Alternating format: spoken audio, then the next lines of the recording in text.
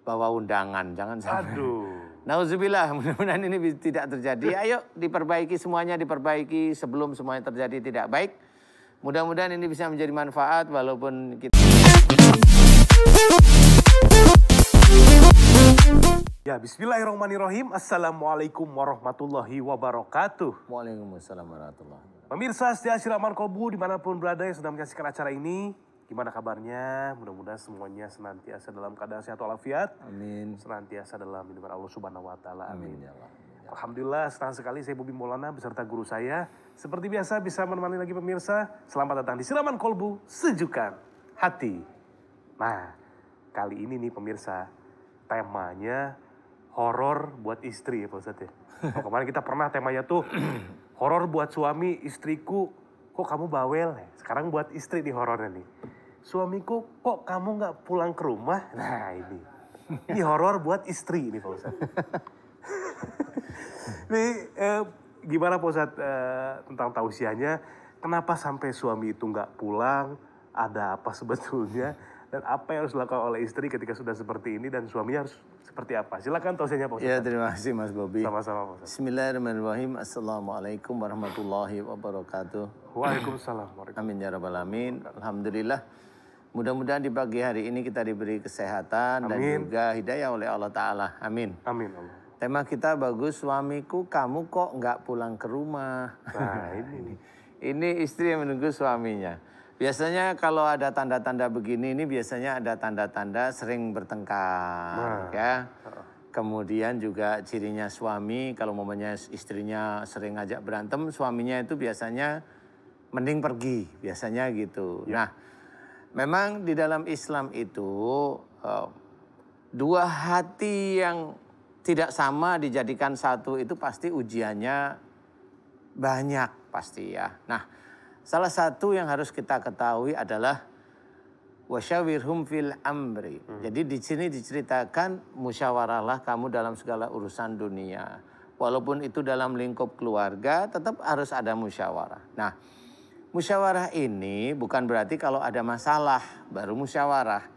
Belajarlah kalau kita belajar untuk bisa menghormati pasangan kita. Si suami berusaha belajar menghormati istrinya. Si istri belajar untuk menghormati suaminya. Karena apa? Dua hati yang beda ini tidak akan bisa menjadi satu beneran. Sulit memang. Tetapi kalau memang berdua ini memang mau belajar lillahi ta'ala, pasti ini ada jalan keluarnya insya Allah dari Allah Ta'ala. Ya. Sehingga kejadian-kejadian suami yang gak pulang ini mudah-mudahan tidak terjadi. Ya, karena ini mengkhawatirkan istri.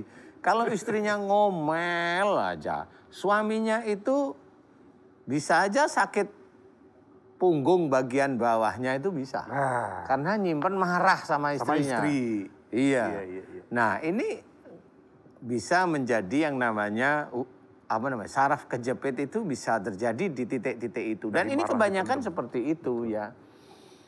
Ada yang dikasih tahu, sakit udah bertahun-tahun dikasih tahu, faham langsung alhamdulillah diberi kesembuhan sama Allah ya Mas Bobi ya. Nah, sakit ini adalah persoalan rata-rata lebih dari 50% itu dari keluarga sendiri. Nah, pada saat suamiku kamu kok enggak pulang ke rumah, inilah yang harus kita sadari siapa yang salah di sini, si istri apa si suami. Kalau si istri ya belajar untuk memahami suami jangan diomelin mulu. Suami cari uang yang gunanya juga istri juga anaknya.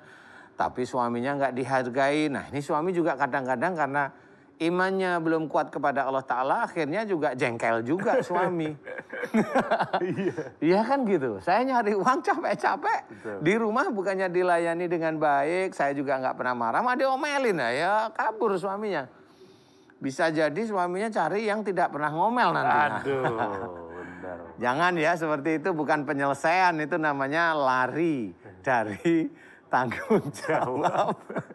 Jangan ya, kalau bisa jangan seperti itu ya. Kita harus belajar benar-benar dimusyawarahkan, semua masalah dimusyawarahkan. Jadi jangan merasa benar, enggak boleh merasa benar itu ya. Yang benar itu hanya Allah, kita ini manusia hanya sekedar menjalankan. Agama yang kita pelajari, ilmu-ilmu agama yang kita pelajari ini adalah menjadi benteng dari kita, tembok untuk kita sendiri bagaimana kita jangan sampai salah. Kemudian kalau memangnya kita sebagai seorang laki-laki, kalau memang istri kita salah ya tegur dengan baik, tegur dengan halus. Kalau sekali, 2 kali, 10 kali, 20 kali, 50 kali tegur harus nggak bisa, ya sekali-kali ya ditegur dengan halus lagi. Sampai yang tegur wanita lain. Sampai yang tegur itu sakit punggung belakangnya itu kan gara-gara memang istrinya. Aduh. Nah ini bagi ibu-ibu harus kita pahami ya. Tidak akan menyalahkan. Kami tidak menyalahkan persoalan di rumah, tetapi ayolah belajar. Karena siapapun yang mau berusaha untuk dekat kepada Allah Ta'ala, berusaha untuk berubah, berusaha untuk hijrah dari yang sesuatu tidak baik menjadi baik, itu yang dinilai oleh Allah Ta'ala terlebih dulu sebenarnya. Jadi bukan persoalan dia yang salah, bukan. Tapi walaupun kita itu benar, kita yang berubah dulu. Berubah gimana ya? Jangan gampang emosi, jangan ini, jangan ini. Nanti lama-lama istrinya didoain aja dapat hidayah, ya. Karena yang jelas dalam Quran diceritakan fa'fu anhum, maafkanlah mereka. Ya, kita harus memaafkan siapapun orang yang berbuat salah kepada kita. Salah ya. Kemudian wastaghfir lahum. Jadi mohonkan ampunan dosa mereka. Nah, inilah yang harus kita ketahui. Nah, kemudian kita kerjakan, kita insya Allah mudah-mudahan menjadi insan dari Allah Ta'ala yang benar-benar belajar untuk takwa. Amin ya Allah. Kita harus belajar di sana. Jangan sampai suami kita itu pergi, maksudnya suami ibu itu pergi, kemudian tidak pulang, pulang-pulang, bawa undangan. Jangan sampai. Aduh. Nauzubillah, mudah-mudahan ini tidak terjadi. Ayo diperbaiki semuanya, diperbaiki sebelum semuanya terjadi tidak baik. Mudah-mudahan ini bisa menjadi manfaat walaupun kita santai tapi mudah-mudahan ini manfaat. Amin ya rabbal alamin. Amin ya Allahu Allah. a'lam. Allahu a'lam. Insyaallah. Terima kasih Pak Ustadz Danu tausiahnya. Jadi pasangan itu nggak boleh dingin Pak Ustadz ya. Harus tahu kapasitas masing-masing. Istri melayani suami kan. Ya. Ada peribahasa begini. Wah, kenapa ya suami saya dingin sama saya? Suaminya jawab, kopi aja dulu panas kamu diemin jadi dingin, apalagi saya. Iya. Jangan salahkan aku yang pernah panas kamu dinginin. Ini kayaknya Mas Bobby sendiri. Iya. Langsung kita terusin lagi. Nah, tema kita pagi hari ini, suamiku, kamu kok nggak pulang ke rumah? Kita persilakan Ustadz Zaki Mirza. Silakan Pak Ustadz. Assalamualaikum warahmatullahi wabarakatuh. Waalaikumsalam. Alhamdulillahilladzi hadana lihada wa ma kunna linahtadiya laula an hadanallah. Assalatu wassalamu ala Rasulillah la haula wala quwata illa billah. Ketika sepasang laki dan perempuan disatukan dalam sebuah rumah tangga atau pernikahan, maka Allah memiliki tujuan satu yang dipesankan oleh Allah dengan begitu indah dalam Al-Quran, litaskunu ilaiha. Satu dengan yang lain untuk saling merasa tenang. Itulah kenapa ini juga melahirkan sebuah kalimat yang lain dengan kata dasar yang sama, yaitu sakinah. Artinya kedamaian, ketenangan. Maka orang Arab ketika menyebut rumah disebut dengan as-sakan atau al-maskan. Tempat untuk berteduh, tempat untuk menghindari panas dan hujan, tempat untuk kembali dari segala aktivitas. Jadi ternyata rumah tangga itu adalah tempat di mana pasangan tersebut mencari kedamaian. Untuk damai, maka mereka tidak boleh saling memiliki. Pada hakikatnya mereka diberikan oleh Allah saling dititipi. Jadi haknya bukan hak milik, tapi hak guna pakai. Kenapa seperti itu? Karena pasangan tidak layak untuk kita miliki. Masing-masing pasangan adalah milik Allah Subhanahu wa Ta'ala. Proses akad nikah hanya sementara saja.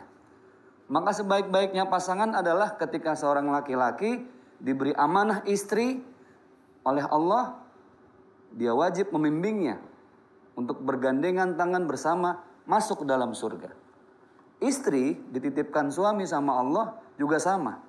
Bagaimana menjadi istri yang salehah, taat kepada Allah Subhanahu wa Ta'ala. Semakin merasa memiliki pasangan hidup, akan sering merasa sakit hati. Jadi, subhanallah, jagalah titipan Karena bagaimanapun apa yang dititipi oleh Allah harus dijaga dengan penjagaan yang terbaik.